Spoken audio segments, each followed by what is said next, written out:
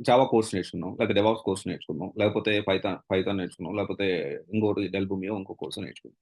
నేర్చుకున్న తర్వాత నువ్వు ఇంటర్వ్యూస్‌కి వెళ్ళావు. So, MNC companies, so called MNC companies ఏమంటాయంటే Java full stack developer required ఈ పొజిషన్‌కి కావాలి అని చెప్పి వాళ్ళు అడ్వర్టైజ్‌మెంట్ ఇయ్యడం. అదే అన్ని జాబ్ పోర్టల్స్‌లో వాళ్ళ కెరియర్స్‌లో అన్నిట్లో వేయడం జరుగుతుంది. సో, మనం ఎలాగో వెళ్లి జావా బాగా నేర్చుకొని ప్రాక్టీస్ చేసి వెళ్లి ఇంటర్వ్యూ అటెండ్ అయితాం.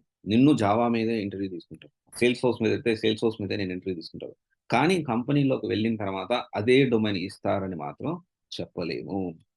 మోస్ట్‌లీ ఏంటి అంటే ఇంటర్వ్యూతో సంబంధం లేకుండా వాళ్ళకి ఏ ప్రాజెక్ట్‌లో ఖాళీలుంటే ఆ ప్రాజెక్ట్‌లో వేసేస్తారు. This is the real fact. And తర్వాత ఏం చేస్తారంటే అది కూడా ఏంటి ఒక చిన్న పార్ట్ ఇస్తారు. తర్వాత మళ్ళీ ఏం చేస్తారు మళ్ళీ ప్రాజెక్ట్ అయిపోయిందంటే మళ్ళీ ఇంకో ప్రాజెక్ట్ మార్చడం. సేమ్ డొమైన్ కాకపోయినా వేరే డొమైన్. అప్పుడేంటి అంటే కంపెనీ కార్పొరేట్ ట్రైనింగ్ అని చెప్పి ఏదో తూతూ మంత్రంగా కోర్స్ అనేది మీరు ఉడెమీలో తీసుకోండి డబ్బులు నేను ఇస్తానని చెప్పి అంటారు. తర్వాత ఏం చేస్తారంటే ఆ కంపెనీసు ఏదైతే డొమైన్ ఉందో డొమైన్ సింపుల్‌గా డొమైన్ చేంజ్ చేసి ఇంకో ప్రాజెక్ట్‌లో ఎయడం జరుగుతుంది. ఇది మనకి అడ్వాంటేజా? డిసడ్వాంటేజా? అంటే being a company it is very good advantage. ఎందుకంటే ఒకడిని తీసుకొని ఒక పర్సన్‌ని తీసుకొని అన్ని రకాలుగా ఆ కంపెనీ అనేది యుటిలైజ్ చేసుకుంటుంది. ఆ పర్సన్‌ని యుటిలైజ్ చేసుకుంటుంది. ఆ రిసోర్స్‌ని వాడుకుంటుంది. కానీ ఇక్కడ ఏంటి అంటే యాస్ ఎ బీయింగ్ ఎ క్యాండిడేట్‌గా మనకది అంత మంచిది కాదు. ఎందుకంటే ఒక ప్రాపర్ ఎక్స్‌పీరియన్స్ అనేది ఒక్క డొమైన్‌లో కూడా రాదు. అంతా కొంచెం కొంచెం నాలెడ్జ్ వస్తుంది. కొంచెం కొంచెం ఎక్స్‌పీరియన్స్ వస్తుంది. కొంచెం కొంచెం వర్క్ వస్తుంది. కొంచెం కొంచెమే స్కిల్స్ వస్తాయి. దానివల్ల ఏంటి అంటే మన కంపెనీ మారినప్పుడు చాలా ప్రాబ్లమ్స్ అనేది మనము ఫేస్ చేయాల్సి ఉంటుంది. అండ్ ఈ కల్చర్ అనేది ఎక్కువగా ఎంఎన్‌సిలో ఉంటుంది.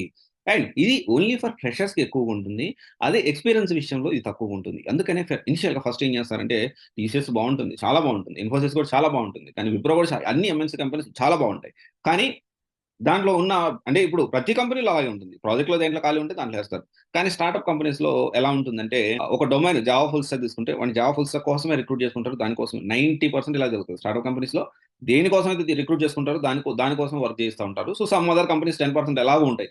సంబంధం లేకుండా రిక్రూట్‌మెంట్‌కి మనం చేసే పనికి మనం పెట్టిన రెజ్యూమ్‌కి సంబంధం లేకుండా మన చేత పని చేయించుకుంటారు. That is whole different. 10% companies ఎలాగో ఉంటాయి.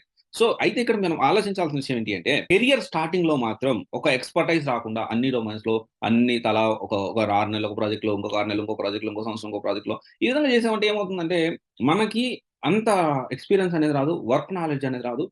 అది ఇంపాక్ట్ అనేది ఫ్యూచర్‌లో మన కెరియర్ మీద ఆ ఇంపాక్ట్ అనేది చాలా ఉండబోతుంది.